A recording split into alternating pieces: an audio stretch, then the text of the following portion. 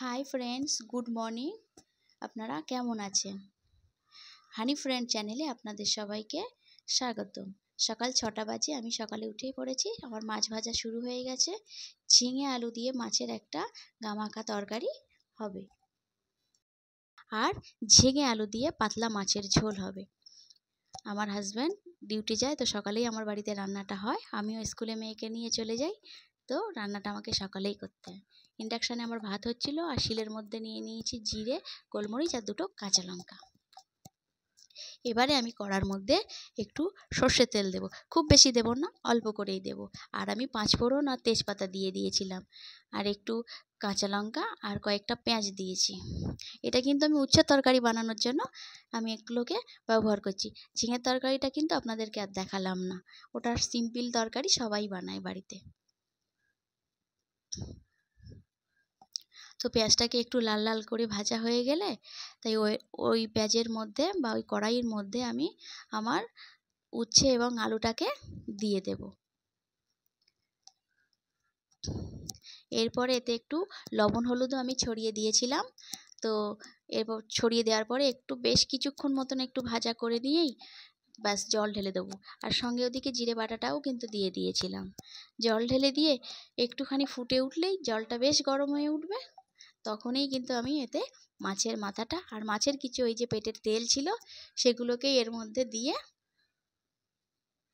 আমি সবজিটাকে চেপে দিয়ে দেবো, এটাকে ঢাকা দিয়ে দেব।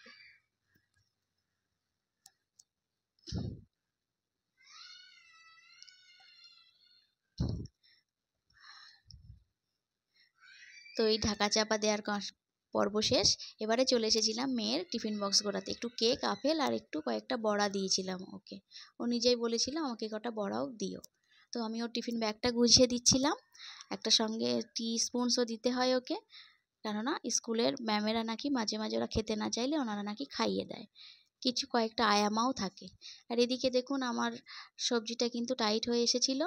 এতে তিতো তো হালকা একটু গুড় দেব, একটু গুড় দিয়ে দিলে তাহলে এত তিতোটা লাগবে না, বিষয়টা ব্যালেন্স হয়ে যাবে। তো আমি বেরিয়ে পড়েছিলাম আমার ড্রেস করে। হাজব্যান্ড গাড়ি বার করলো, তো ও আমাদের সাথেই একসাথেই আমরা যাই। ও কিছুটা গিয়েই মোটামুটি ডিউটির সামনেতেই ও নেমে যায়, নেমে আমাকে গাড়িটা দিয়ে দেয়। আমি ওখান থেকে মেয়েটাকে নিয়ে আমি স্কুলের উদ্দেশ্যে চলে যাই। তো আমি স্কুলে এই দেখুন পৌঁছে গেছিলাম। ওকে স্কুলের গেটে ছেড়ে দিয়ে আসবো। আর রাখি বন্ধন তো এসেই গেছে না, তো আমিও আমার ভাইদের জন্য রাখিগুলোকে আমি পোস্টের মাধ্যমে পাঠিয়ে দিই। তো মেয়েকে স্কুলে দিয়ে রাখিগুলোকে এনভেলপের মধ্যে ভালো করে ভরে নিয়ে এবার আমি চলে যাচ্ছিলাম রাখিগুলোকে নিয়ে। কিন্তু এখন তো 9টা বাজে, এখনও খোলেনি পোস্ট অফিস। তো আমি অনেকগুলো কাজও আমার রয়ে আছে, সেগুলোকে আমি আজকে একটু কমপ্লিট করব, খুবই ইম্পর্টেন্ট কাজ। তো আমি এখান থেকে আবার গাড়িটা নিয়ে নিচ্ছিলাম, নিয়ে আমি চলে এসেছিলাম আরতি স্ক্যানের সামনে। দেখুন এটাকে বলা হয় আরতি স্ক্যান। এটা একটা রেপুটেড স্ক্যান ল্যাব। এটা আমাদের কলকাতাতেও অনেকগুলো হয়েছে, খুব ভালো ল্যাব। এখানে আমার হাজব্যান্ডের কয়েকটা ব্লাড টেস্ট হয়েছিল, তো তার রিপোর্টগুলো আমি নিতে এসেছিলাম। ডাক্তারের কাছে আবার নিয়ে যেতে হবে, তাই দেখুন ওর রিপোর্টে কিন্তু WBC কাউন্টটা একটু বেশি আছে। 4000 থেকে 10,000 এর মধ্যে থাকা দরকার ছিল, আমার হাজব্যান্ডের একটু বেশি আছে, 590 বেশি আছে। আর এদিকে দেখো লিম্ফোসাইটিস একটু নর্মালের থেকে কম আছে, 16.60 আছে। তো এই জন্য একটু চিন্তা হচ্ছিল। তো এবারে আমি চলে এসেছিলাম একটা ঘড়ির দোকানে। আমার হাজব্যান্ডের ঘড়ির ব্যাটারি ফুরিয়ে গেছিলো, ব্যাটারি লাগাতে এসেছিলাম। তো দোকানদার আমাকে দিয়েছিল এই ব্যাটারিটা লাগানোর জন্য, টাইটানিক কোম্পানি। আর আমাকে বলেছিল मैडम आपका अगर कोई काम होगा तो आप घूम के आ जाइए, 10 मिनट तक इधर लगेगा। मैंने बोला नहीं, हम नहीं जाएंगे, क्या क्या कर रहे हैं हम देखेंगे। तो इसलिए वो लोग हंस रहे थे, तो बोला कि तुम इधर ही बैठ जाओ, सीट दे दिया था मुझे। तो मेरा ঘড়িটাও সারা হয়ে গেছিলো। তো ঘড়িটা সারার পর আমি চলে এসেছিলাম আমার পোস্ট অফিসে আমার রাখিগুলোকে পোস্ট করতে। 2টো রাখি আমি পাঠাচ্ছি, একটা রাখি ওয়েস্ট বেঙ্গল যাবে আর একটা রাখি আমার ব্যাঙ্গালোরে যাবে। আমি প্রতি বছরই ভাইদেরকে পোস্ট অফিসের মাধ্যমে রাখিগুলোকে পাঠিয়ে থাকি।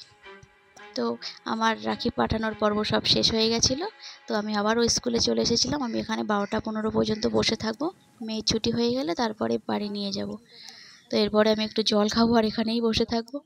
তো আমার ভিডিওটা যদি আপনাদেরকে ভালো লাগে আমাকে প্লিজ সাবস্ক্রাইব করবেন, আমার সঙ্গে থাকবেন, আমার পাশে থাকবেন, আমাকে একটু সাপোর্ট করবেন।